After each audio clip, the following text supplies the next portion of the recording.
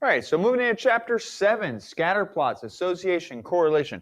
This chapter actually kind of goes pretty quick as far as the notes goes. There's only so many factual type things, but how to apply it is what's going to take a little bit longer on this one. So data everywhere, but not a thought to think. Well, it's an allusion to the rhyme of the ancient mariner. Water everywhere, but not a drop to drink. And that what we don't want to run into is that we find ourselves surrounded with information, but we can't actually use it. So scatter plots are going to help us make more sense of our data. Specifically, what we're going to deal with here is how we're going to deal with our quantitative variables by drawing scatter plots and looking for patterns. A lot of this chapter is what do we see? We're going to compute one value, but a lot of what we're going to see is going to be what do we see here? We're going to talk about the associations that we see and don't jump to conclusions about cause and effect. So a lot of statistical studies involve more than one variable. Normally what we do is we're comparing how a single person, a single subject, or a single unit, if we're talking about things instead of people, and its value on two quantitative variables. We're going to call one of them, we're going to graph that information and create a scatter plot, just a graphical display where we can see possible relationships between two quantitative variables. First one we're going to have is going to be our explanatory variable. We're going to put it on our x-axis. Second one we're going to have is going to be a response variable. For example, in this case, the number of students taking the AP exam has gone from 5,000 to 66,000, while the murder rate has dropped over the same period of time. My explanatory variable is what do I think that could be causing this change? Well, or causing a change in the other, but cause is not the right word. It's like which one could be responsible for maybe. I'd say number of students taking the AP exam in thousands. My response variable then, it's the only quantitative variable I have. I must be talking about the murder rate in hundreds. So when we call these changes x, explain the changes in the second variable y, x is the explanatory variable. That of course means y is the response variable. Problem is, that means we should make everyone take the AP exam. More people took the AP, lower the murder rate, so make everyone take the AP exam and the murder rate becomes 0. Remember, just because it looks like y can be predicted from x, it doesn't necessarily follow that x is causing y. And very specifically in this, we're going to say this many times, association does not imply causation. Just because two things are associated doesn't mean it's causing the other. We have a web link here. I've put the link inside the classroom so you can go back and see crazy correlations. These are spurious correlations is what they call the website. We're going to get into why I don't like that name. But these are associations. We want to avoid associations which just don't make any sense. Me saying that AP, the number of people taking the AP exam is causing a change in the murder rate doesn't seem to make a lot of sense. There's probably something else doing that. The other problem is causation. In order to say something is causing something else, you need a controlled experiment. If you don't have a controlled experiment, we're not going to say it caused it. We don't have the proof it caused it. We haven't controlled for other variables. Maybe something else is causing the change in both. We don't know, but a controlled experiment will let us do that. So to show there's causation, you need a controlled experiment. Now, just like the 5 W's and SOX, when we were describing to describe a scatter plot, we have to give some other information. So we look at the overall pattern. So these are some words that we use. We have to talk about the direction, the form, the strength, and whether or not there are outliers. First thing is direction. Is it a positive association? As x goes up, does y also go up? Is it a negative association? X goes up, y goes down. Or is there no association? It just looks like a random collection of dots. Form. Is it linear, quadratic, exponential? We're going to get more into quadratic and exponential. As of right now, you should be able to tell me if it's linear or nonlinear, though. And that just means it looks like the dots generally follow a straight line. Strength. Well, we're going to get into how we get this, but right now, we're weak, moderately weak, moderate, moderately stronger, strong. Now what this is talking about is how spread apart are the dots. If my scatter plot is very tightly clustered together, that's a strong association. If the dots are spread out, they're taking more of the space, that's not so strong. Outliers, points in the scatter plot that doesn't fit the overall pattern. Okay? Nothing new there. Outliers are those points that don't follow the overall pattern. So let's talk about our first example here. What a scatter plot might look like by drug dosage and the degree of pain relief. What you want to do to think about that is give yourself a quick sketch of an x and y axis. And if you had a small amount of drug dosage, how much degree of pain relief do you think you'd have? If you had a larger dose, do you think you'd have more or less? Now, if a larger dose you think is going to give more pain relief, that's going to be a positive association. I want you to think about that one for a second. What do you think we're going to see? Well, I have some data here. So if drug dosage went up, we see the degree of relief is also going up. But it does look like at some point, increasing the drug doses doesn't increase the pain relief. And that's known to happen with a lot of drugs. After a certain point, sometimes you might have heard what's called the diminishing returns, that a further investment doesn't give the same payback. So we'd say at some point this is kind of curved out. But we do see the association looks like it's strong. Those dots are pretty close together to whatever line I could use to estimate it. It is positive, but it's curved. So if I assume the drug is an effective pain reliever, as the dosage increases, degree of pain relief also increases. But eventually it's going to level off. Eventually more of the drug is not going to relieve more of the pain. And also we could just say the pain is gone. You've had the maximum relief possible. Let's try another one. Calories consumed and weight loss. So just think about this for a second. If you increase the number of calories people eat, how much weight will they lose? Well, might look something like this. The more calories they consume, kind of the less weight they're going to lose. So generally speaking, it looks kind of negative. But I also think there's a lot of things that are going to affect weight loss. It's not just the calories. It's, are they exercising? What's their genetic background? Do they have any kind of medical concerns that could prevent them from losing weight? So my scatter plot's going to be a little bit more spread out simply because there are so many other variables in play. So instead I'm going to see a moderate association, but I do think it's going to be negative. I do think it's going to be linear. I don't think you're going to have this curve on the data. Although if you eat too much, maybe the person might end up gaining weight. You could actually go all the way into the negatives here. But there are a lot of other variables that could affect it. So let's talk about another example. I'll pause the video and you can think about it. The hours of sleep someone gets and how they score on a test. So pause the video and think about what this might look like. Okay, so if you're back, you think about it. If someone didn't get much sleep compared to someone who did get a sufficient amount of sleep, someone who's missing out on that sleep, they're possibly going to do worse on the test. So my scatter plot might look something like this though. So the more sleep they get, the better they do. Of course, there's a lot of other things that affect scores on tests. So my dots are probably going to be kind of scattered a fair bit.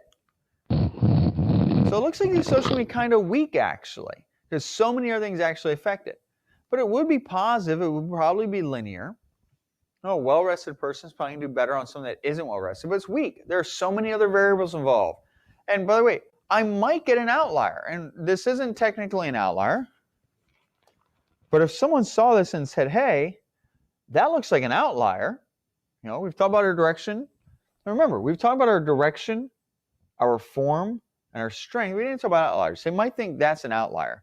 And if someone said that at this point, that dot doesn't really look like it follows the overall pattern. It's kind of see, huh? Maybe the person stayed up cramming. That might be all that is. So now, shoe size and GPA.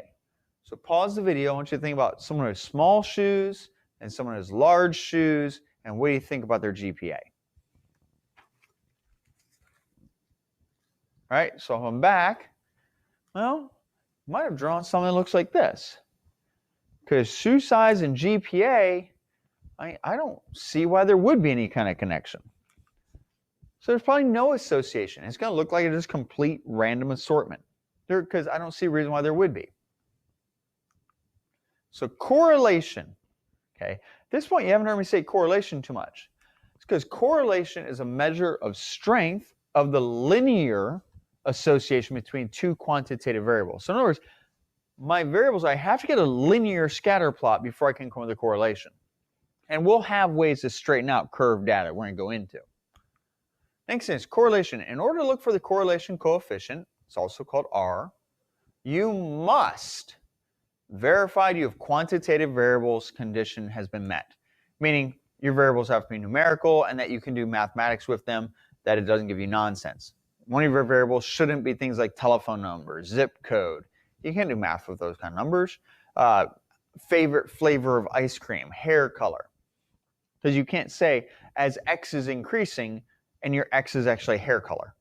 How's one higher than the other?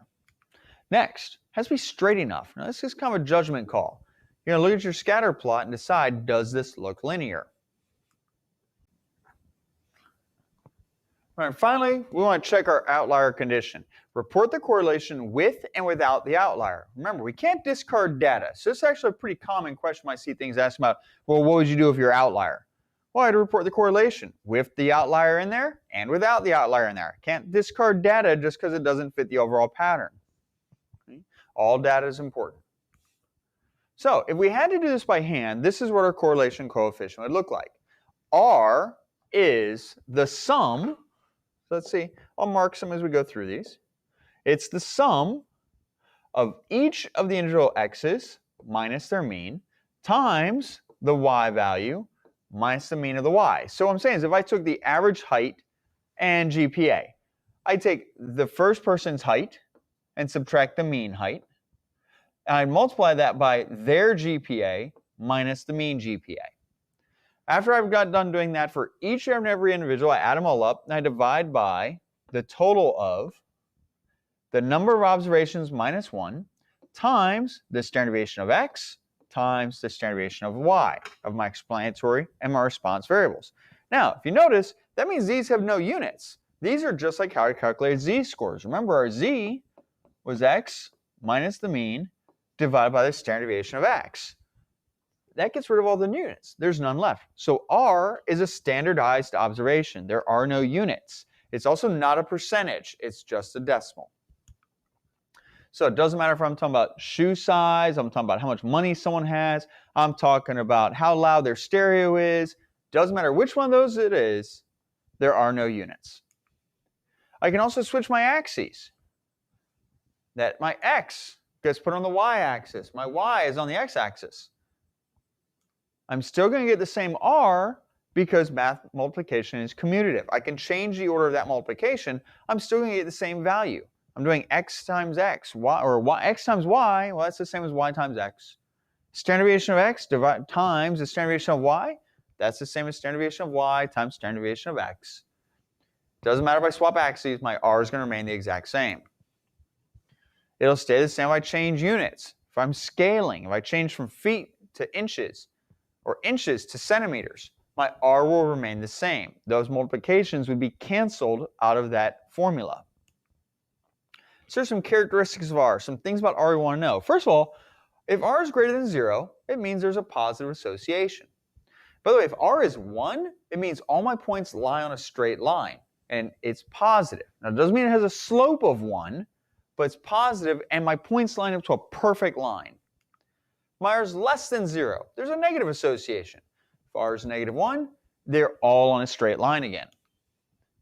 If R is close to 0, that means there's a very weak linear relationship.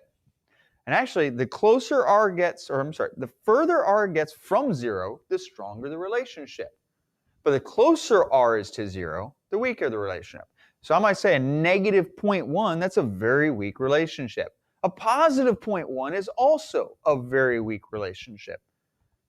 But like a 0.95 is a very strong positive association. A negative 0.9 is also a very strong, but it's a negative association. Again, R doesn't change just because I change the units of measurement. R doesn't change if the variables switch to the opposite axis. All right, quick snobby statistics note. Don't say correlation when you mean association. Correlation is a number, it's calculated from a formula, has an exact amount to it. It could be anywhere from positive 1 down to negative 1. It could be 0. It's probably unlikely to be 1, negative 1, or 0, but it can happen. But association is a more vague term. It's about describing the relationship. Okay, associations are saying, I'm saying there's an association between these two things. And they all get into the strength and the direction and the form. But when I say correlation, it's a number. It's a precise term. So don't say correlation when we mean association. So let's talk about how we find R. So I have a group of data here, came out of our textbook. And this is how we're going to do it. We're going to use our calculator. Okay, we're going to use calculator to find R. First thing we have to do is we have to turn on the diagnostics. By default, these are not turned on. In fact, if you have one of the TID4s, if you reset them, you need to turn them on. So you're going to do second, 0, and scroll down to diagnostics on. It takes a moment. And, oh, there we are, diagnostics on. And I hit enter, and I hit enter again. If you don't do this, you won't be able to find R. The calculator just won't show it to you. Next, we want to enter our explanatory variable values in L1. And we're going to enter our response variable values in L2. If I look here, I'm seeing if there's an association between marijuana usage and then moving on to using other drugs. So to me, I think the marijuana usage might explain the changes in the amount of people who say they use other drugs. So if you've got your TID4 out, or you've got one of the emulators, go ahead, take a moment, load that data in your TID4. I'm going to go ahead and load it in mine also. So as I said, I'm going to hit Stat. I'm going to go into Edit. I'm going to enter my marijuana information, this column, in L1. I'm going to enter other drug information in L2. So go ahead, pause the video while you start to do that.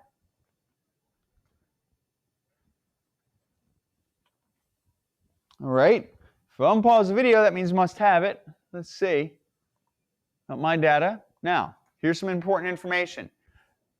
I've said before, in L1, L2, it doesn't matter if we put them in any particular order a lot of times. However, what does matter is that our entry for the Czech Republic, which was 22 for marijuana, needs to be immediately adjacent to its 4 for other drugs. That if they're associated with each other, the Czech Republic's 2 entries need to be next to each other, need to be side by side. I go all the way down. I want to double check my data. Whoop, went too far. I want to double check my data, make sure I put it in there correctly, because if there's typos in here, it's going to cause problems. But the biggest thing, USA is 34 and 24. Then in my calculator, they need to be sitting next to each other also. The 2 that are coming from the same place need to be next to each other. Those 2 quantitative variables need to be next to each other. Right? Once we've done that, if our data is straight enough, we get to use linear regression. Now to find out if it's straight enough, we need to go ahead and graph it. So we're going to graph our data. So we're going to go in, I'm going to do a second stat plot. So let's do this. So I'm on this screen, I'm going to quit off of this one. I'm going to hit second y equal. And here I see I've got plot 1 is turned on and all the others are turned off. So I'm going to go into this. If I look at this, let's see. I have my plot is turned on and I want this plot is chosen. So if by some chance you have some other plot's been chosen, come back over, choose that first plot. My x values, my explanatory variables, I said they're in L1. My response variables, I said they're in L2. So all my data is ready to go. I'm ready to graph my data. So I hit zoom, and then 9 to graph my statistics. And that's what I get. Okay. I'm looking at this, it looks generally straight. To me, that data looks straight enough to find an R value for. I don't see a clear bend in the data. It's not clearly curved. So we can find R. To find R, we're going to calculate it. It's a statistic. So, well, let's exit off this screen. My mouse, there we go. Exit off this screen. It's a statistic. I want to calculate it. If I look down my list, I've got the same. I've got linear regression AX plus B. We want linear regression A plus BX. So we have to keep scrolling down. And there it is, number 8. Linear regression A plus BX. We hit enter. And it says, hey, where's your X's? Well, they're in L1. Where's your Y's? Well, I put them in L2. That's my response. Then frequency list, we leave it blank. Store a regression equation. We're not worried about that just yet. And then calculate. So you should follow along in your calculator on your emulator. And there it is. Here's all this information I have. But really what I'm looking for is that R value. 0.9341. It's a very strong association. And it's positive. And I know those two things just from R. Now, I said it's very strong. But if I look at my graph, let's pull that back up so we can see our graph. Those dots look kind of far apart.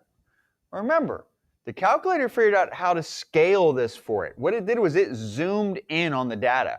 So those differences on the y-axis got blown up. They look bigger than they are. Okay?